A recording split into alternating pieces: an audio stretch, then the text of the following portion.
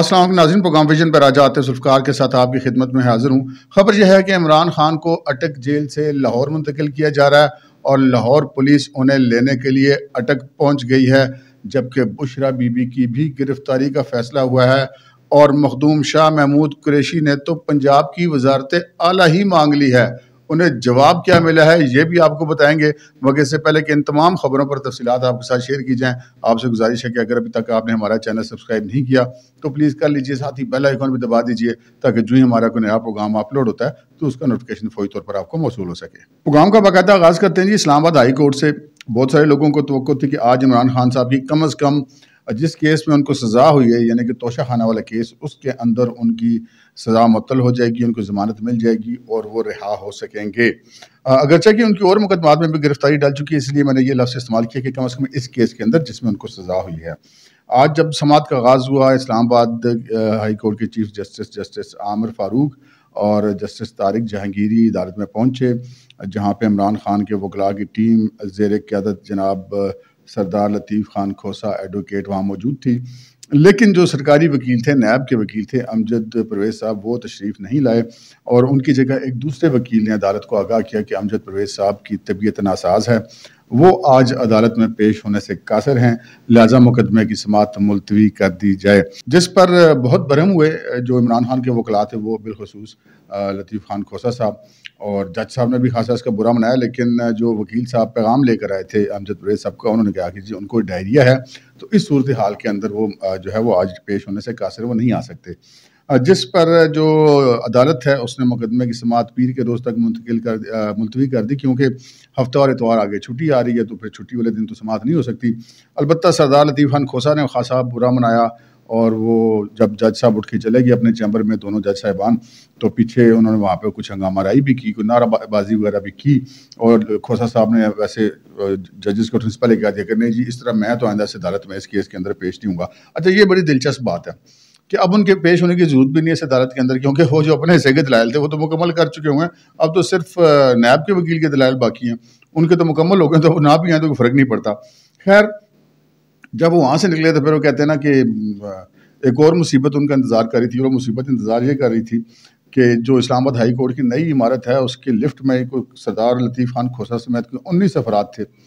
اور وہ لفٹ پھنس گئی، اور کہا جاتا ہے کہ 45 منٹ سے لے کر 1 گھنٹے تک یہ اس لفٹ کے اندر پھنسے رہے، لفٹ کا دروازہ نہیں کھل رہا تھا۔ جو وہاں پر عملہ تھا انہوں نے، دیگر وکلاء نے، وہ ڈنڈے ونڈے پسا کے لفٹ کے دروازے کو کھولنے کی کوشش کی، وہ کھولنے میں تو کامیاب نہیں ہوئے، لیکن اتنا فائدہ ضرور ہوا کہ اندر جو ہے وہ ہوا جاتی رہی، جس کی وجہ سے کوئی دم گھٹنے کا کوئی ایسا معاملہ نہیں تھا۔ ایک تو یہاں پر بڑی ایک ہماری بحیثیت قوم یہ خرابی ہے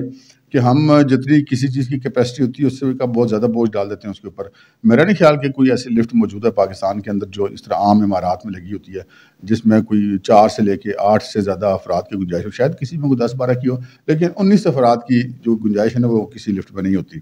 تو یہ خرابی کی ایک ممکنہ وجہ یہ بھی ہو سکتی ہے۔ یہاں پہ ایک واقعہ میرے ساتھ بھی ایسا ہوا تھا،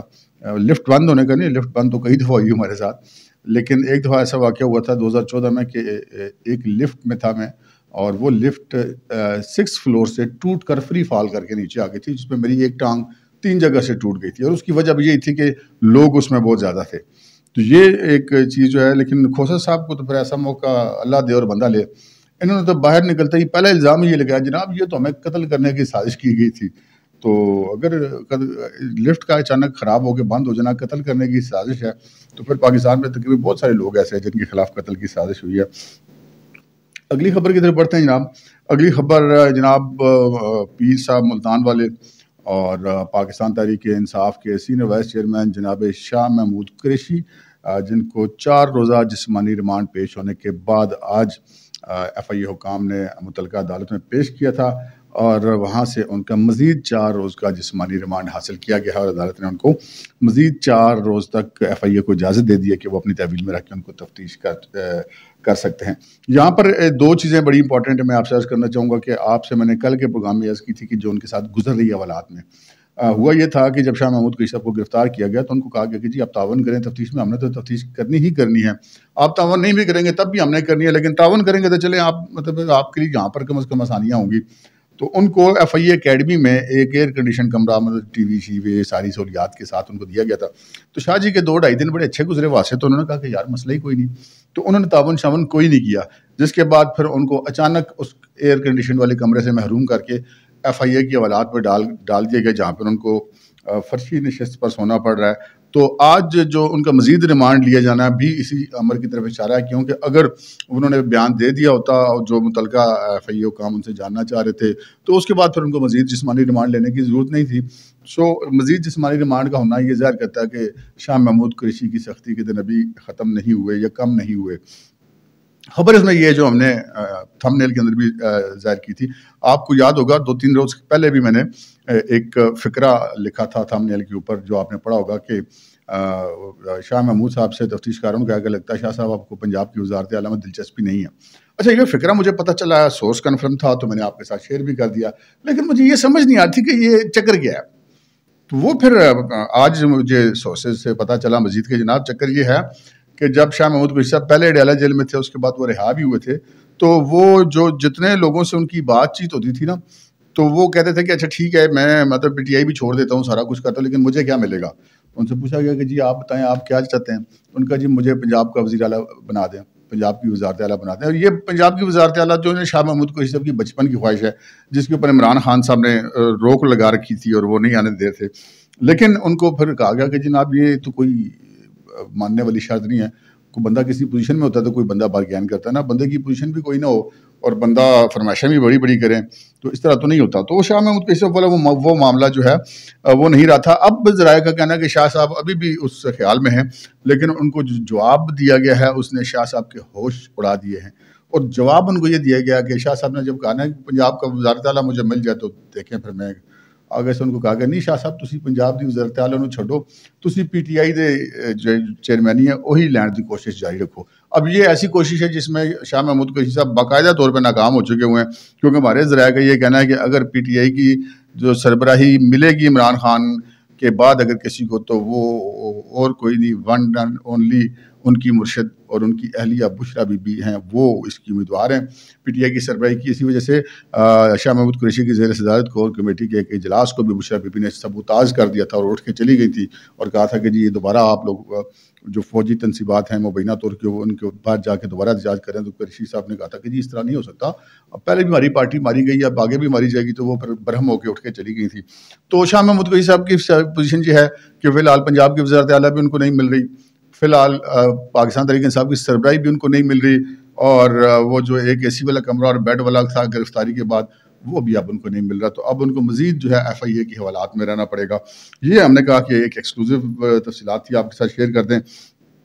اگلی خبر کی طرف بڑھتے ہیں جناب. اگلی خبر کی طرف یہ ہے کہ وہ ہمیں تو کہا جاتا تھا نا کہ ٹارزن کی واپسی ہوگی, اور وہ جناب خان ڈی کلاس میں بھی رکھیں تو مسئلہ ہی کوئی نہیں. خان صاحب بڑے ڈٹے ہوئے ہیں اور وہ بڑی کتابیں پڑھ رہے ہیں اور تلاوت کرے. بعد میں پتہ لگا کہ ان کو تو عربی پڑھنی نہیں آتی, تلاوت کیا انہوں نے کرنی تھی, وہ انگریزی ترجمے والا انہوں نے قرآن پاک منگوایا. اچھا, اس میں بھی بڑے دلچسپ ڈرامے ہو رہے ہیں. اب وہ 3 دن پہلے انہوں نے درخواست دی تھی اور 2 دن پہلے ان کو انگریزی ترجمے والا قرآن پاک فراہم کیا گیا, اور کل بابر روان صاحب نے یہ دعویٰ کر لیا کہ جی انہوں نے تو وہ ختم بھی کرنے والے ہیں. اتنی دیر میں تو اگر بندہ اس کی جو ترجمہ ہے وہ مسلسل ریکارڈنگ چلا کے بھی رکھے تو تب بھی اتنے ٹائم میں نہیں ہو سکتا. خیر ان کی مرضی ہے جی, وہ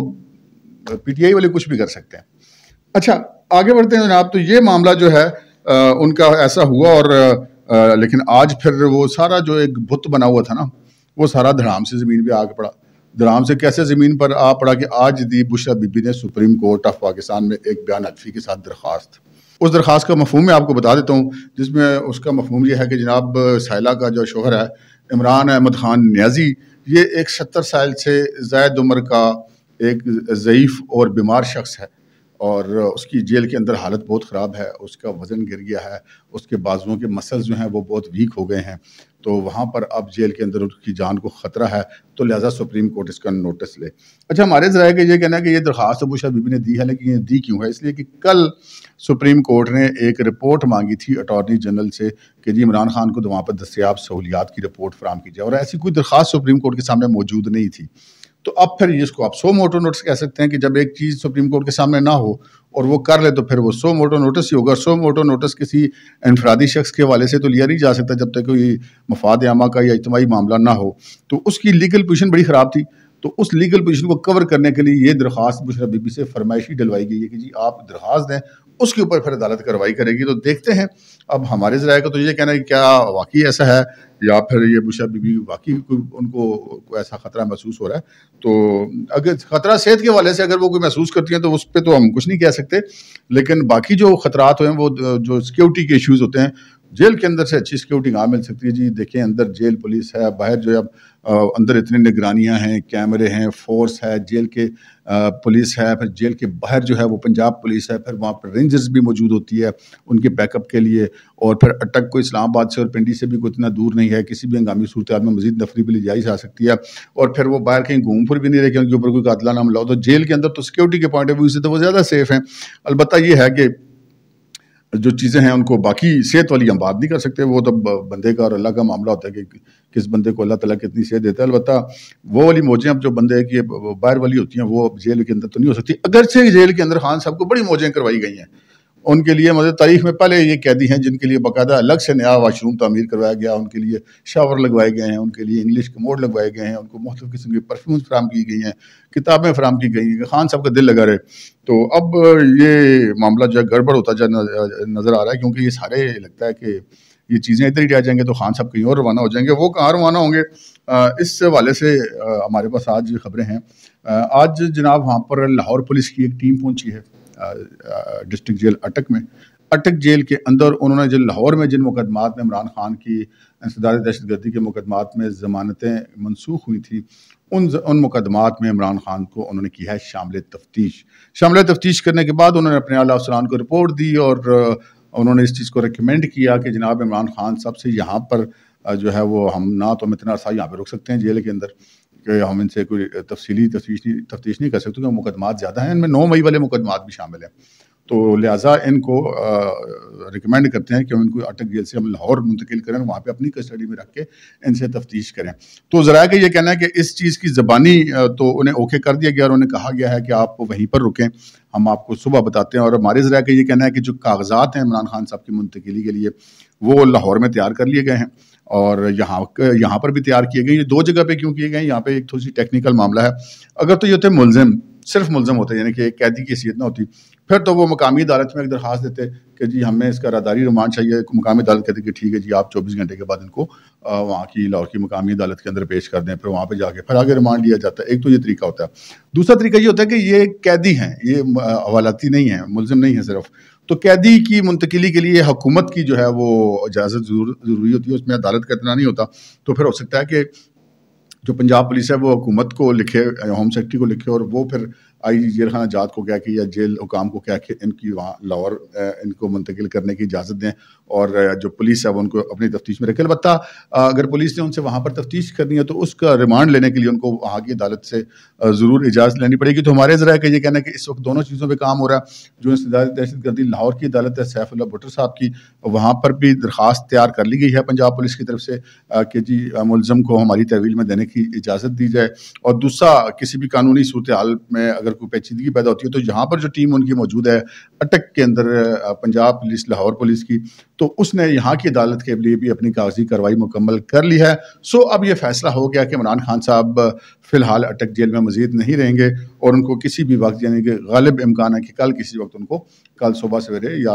دن کے وقت جس وقت بھی ان کو حکم نامہ اور فائنل گرین سگنل موصول ہوتا ہے تو اس کے بعد عمران خان صاحب کو اٹک جیل سے لاہور منتقل کر دیا جائے گا۔ لاہور میں وہ پولیس کسٹڈی میں ہوں گے اور وہاں پر ان کا جسمانی ریمانڈ لے کر مزید ان سے تفتیش کی جائے گی۔ تو یہ جناب کچھ صورتحال تھی جو ہم نے آپ سے عرض کی